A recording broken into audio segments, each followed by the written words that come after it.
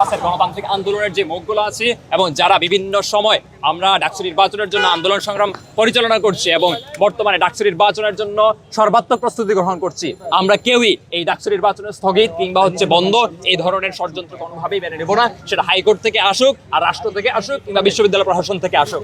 আমরা যে কোনো মূল্যে 9 সেপ্টেম্বরে ডাকসু নির্বাচন আমরা হবে সেই কর্মকাণ্ড আমরা পরিচালনা করব। কোনো শক্তি 9 সেপ্টেম্বর ডাকসু নির্বাচন বন্ধ করতে পারবে না। যদি বন্ধ করার দৃষ্টতা দেখায়, আমরা এই বিশ্ববিদ্যালয়ের শিক্ষার্থীদের মিলে বৃহৎ আন্দোলন করব। আপনারা জানেন ডাকসু নির্বাচনের ভেতর দিয়া এই ক্যাম্পাসে একটা গণতান্ত্রিক অভিযাত্রা শুরু হয়েছিল।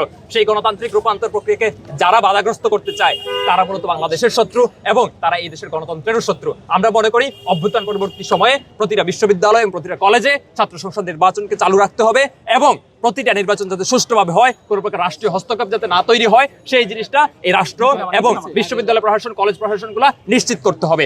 বাংলাদেশের একমাত্র স্মার্ট সিটি বসুন্ধরা এখন আরো নিরাপদ, আধুনিকতায় আরো এক ধাপ এগিয়ে।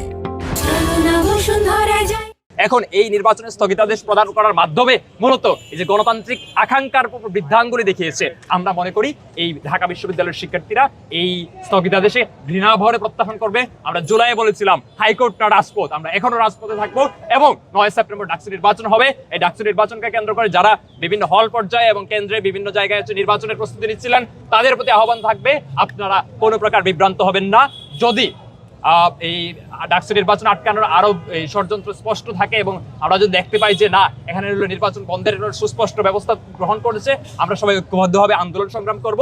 তার আগ পর্যন্ত আপনাদের ডাকসু নির্বাচনের সকল প্রস্তুতি আপনারা চলমান রাখেন, কোনো প্রকার বিভ্রান্ত হবেন না।